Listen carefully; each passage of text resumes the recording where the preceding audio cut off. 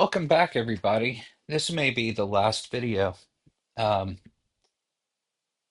we've got two X functions and three um Z functions. So let's knock it out. Yeah. Um, XOR takes an A and a B and returns a Boolean. It's the exclusive disjunction logical operation. Like we use all the time. We're always looking for our exclusive disjunction logical operation, our EDLO. Yeah. Anyway, it returns true if one of the arguments is truthy and the other is falsy. Otherwise, it returns false. Um, and it says see also or and. So there's a slight difference between or and XOR. If we do r dot XOR with true and true, we get false, right? Because it returns true if one of the arguments is truthy and the other is falsy, right? But they're both true. We need one to be true and one to be falsy. So if this is like 0, which is falsy, we get true. But it doesn't matter which one. Let's use coercion. Let's do 1 coerced to true and 0 coerced to false, and we get true. But if we had false and 0, we get false.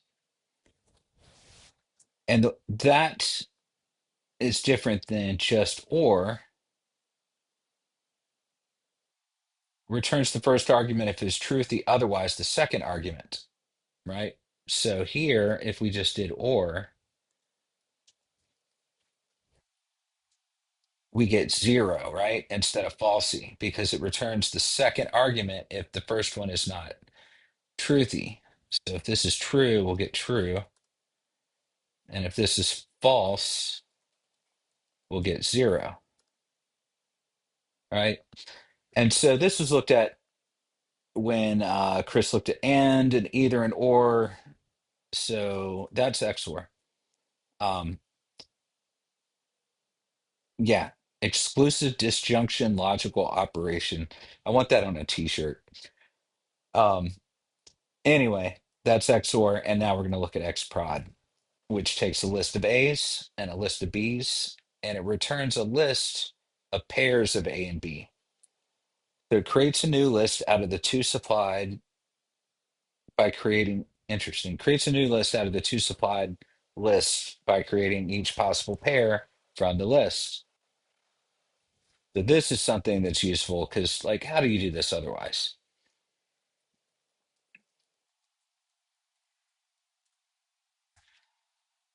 So we passed in our list of A's, 1, 2, and our list of B's, the strings A and B, and then we're getting back a list of each possible pair from the list.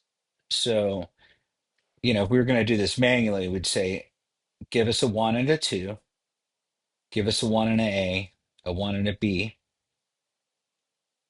and then a 2 and A and a 2 and a B. So is that what we get? So 1 and an A, 1 and a B, 2 and an A, and 2 and a B. Okay. So it doesn't give us a 1 and a 2 back and an A and a B back because those are separate lists. And we already have that, obviously. But what we're doing is any possible combination of the list. So if we did 3 in the first list, 1A, 1B, 2A, 2B, 3A, 3B, yeah, that's every combination of pairs of these numbers and these characters. Anything else we need to discuss on that? The A's, the B's, combining each possible pair from A's and B's into pairs. Just wondering. Yeah, they're doing a while loop and they've got a 2D array. Like this is 100% what I'm trying to avoid and why I'm, learning functional programming because this is a mess. It would take so long to figure out what this is actually doing. Like if you didn't even have a name of the function, if this is anonymous, like it would take you have to compile the code in your head to understand what this is doing. Uh, yeah. So now we're done with the X's and we're just down to the Z's and there or the Z's as they say in places. And they're all zip functions and they all operate on lists. So and this is built into the standard library of Haskell. Um, and that's where I learned about it. And I actually used it the other day, but I can't remember what for. But it takes two lists, a list of A's and a list of B's, and it creates a new list of pairs with an A and a B. So it's a little similar to this, but it keeps the order. It's not like every possible value. But before we read the description, let me copy this uncopyable. I'm telling you, man, these docs have such a hard time copying from them. Oh man, first world problems. All right, so we're gonna zip the list of one, two, three with the list of ABC. And think of a zipper. Like when you're zipping up a coat, um, you know, the left side of the zipper is like this, the right side is like this. And you know, the teeth capture each other when you zip. So like if this is the bottom of the zipper and this is the bottom on the right side, it would group the one and A together. And then it would group two to B, two and B together, and three and C together. So that's what zip does. It's not concatenating because concatenating would take like this list and put this list at the end. This is zipping them. So we get 1A, 2B, 3C. And then if we had a D that they weren't the same length, it just ignores it, right? But if we had this one was same length, then we would get another pair. So it creates a new list out of the two supplied by pairing up equally positioned items, right? So this one goes to this one goes to this one. The return list is truncated to the length of the shorter of the two lists, like I just demonstrated. So if we get rid of the D,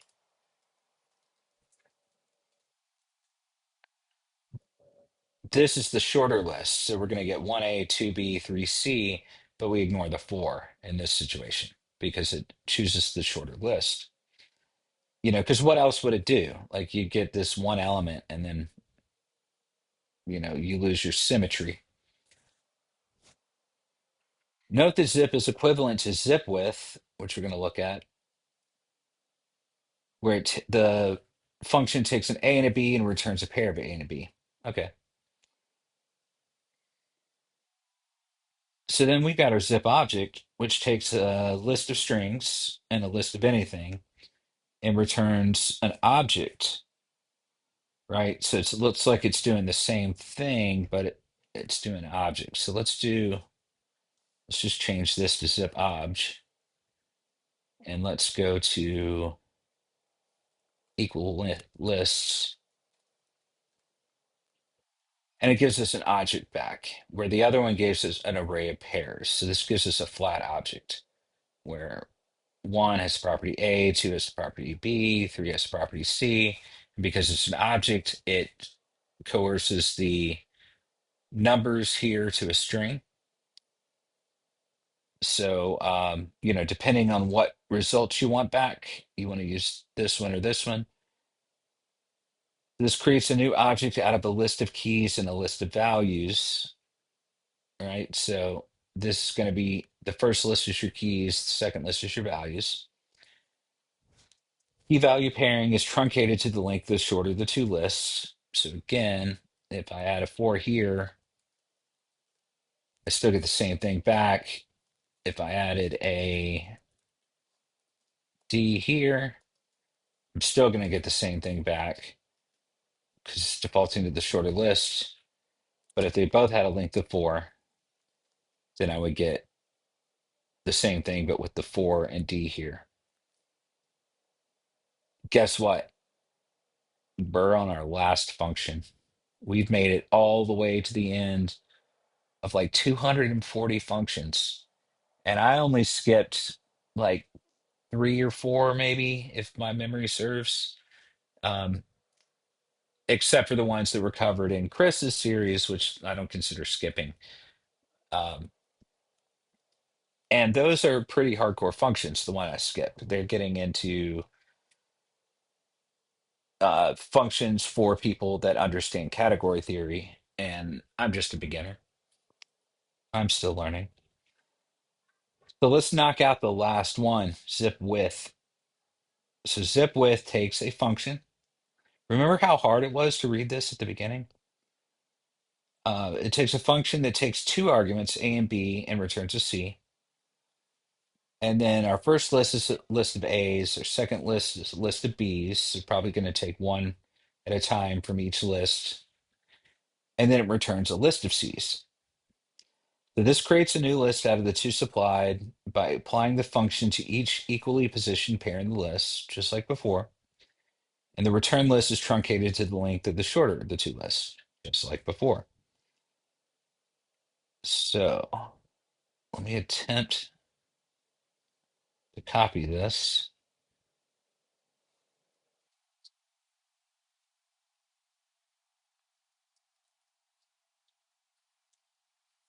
Pasta. All right. So we've got our function, which I'm going to rename to fn for no reason. We've got our list 1, 2, 3, and ABC. So that is our list of A's is 1, 2, 3. Our list of B's is ABC. We got our zipWith function and our callback. Now, my beef is why have they not implemented the function? So it creates a new list out of two supplied by applying the function to each equally positioned. And this one just said this is a zip is equivalent to zipWith with this function. So we return A and B. So let's do that.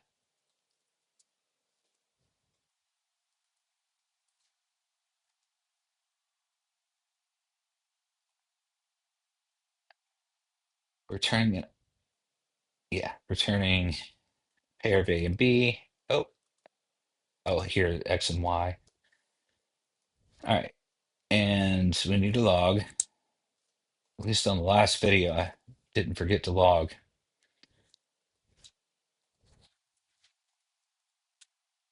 All right. So we get 1A, 2B, 3C. Right.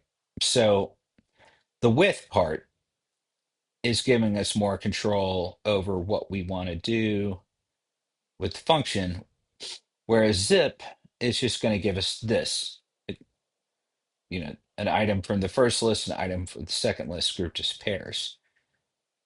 What if we wanted to return um,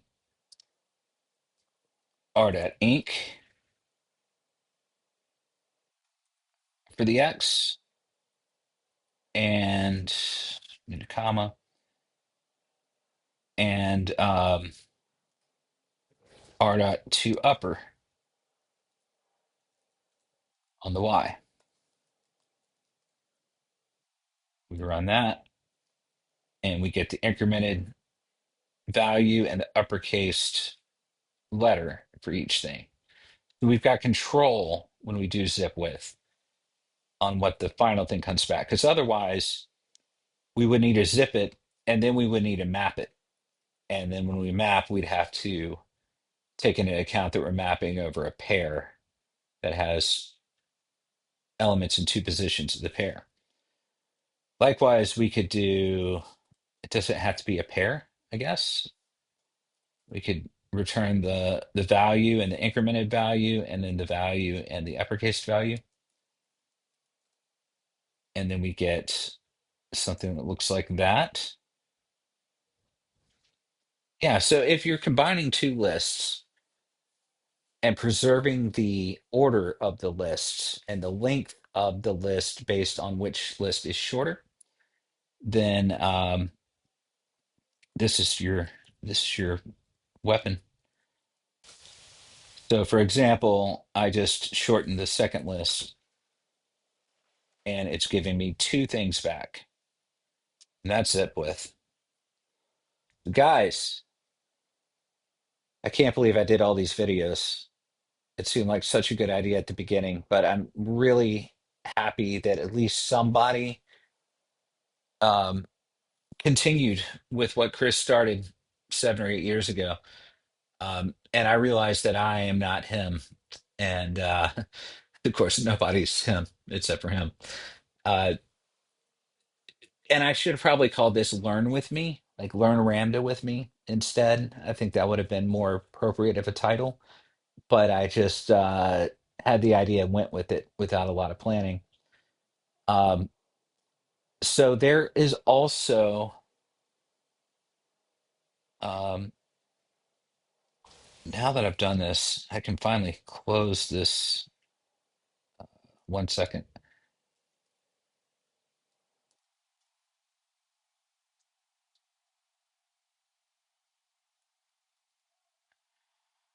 Oh, look at all that space.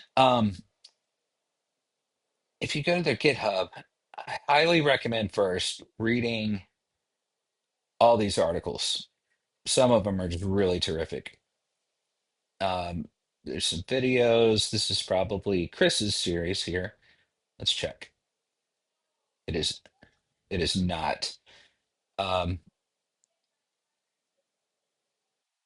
but if you go to if you search for Ramda on YouTube, it comes up. Uh, so there's that, but there's also, where is it? There's this Ramda adjunct.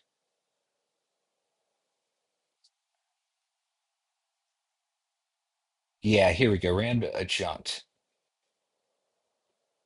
I'm going to throw out a challenge to anybody that might be watching this. Go through and do what I did and what Chris did, and go through these functions and show us what they're all about. Like here's an example is array. So what I'm gathering with this is like they have to make a wise decision on how many functions they add to the core library of Ramda. And there's a lot that are cool and easy to implement, or cool and hard to implement, but not cool enough or not useful enough to enough people to warrant adding to the library. Because as the library grows, it's harder to maintain and test. And of course, there's always changes to JavaScript, things get deprecated.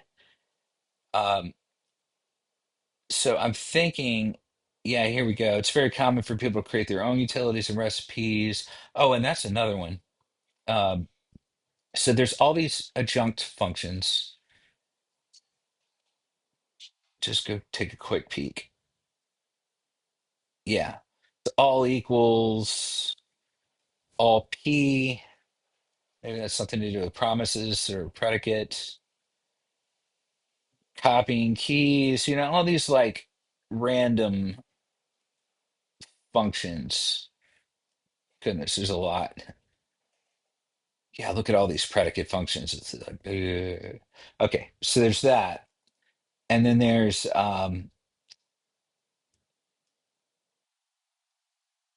cookbook. Where is that? There's this Fantasyland specification. I would love it if somebody did a video about that. But there's also where's the cookbook? Yeah, here it is, the Ramda cookbook. Like all these just cool implementations of things using Ramda. Use them for inspiration or just to continue to learn. And then Sanctuary, that's what I'm about to dive into. Um, yeah, so if I return and make more videos, this is likely what I'll be making videos about.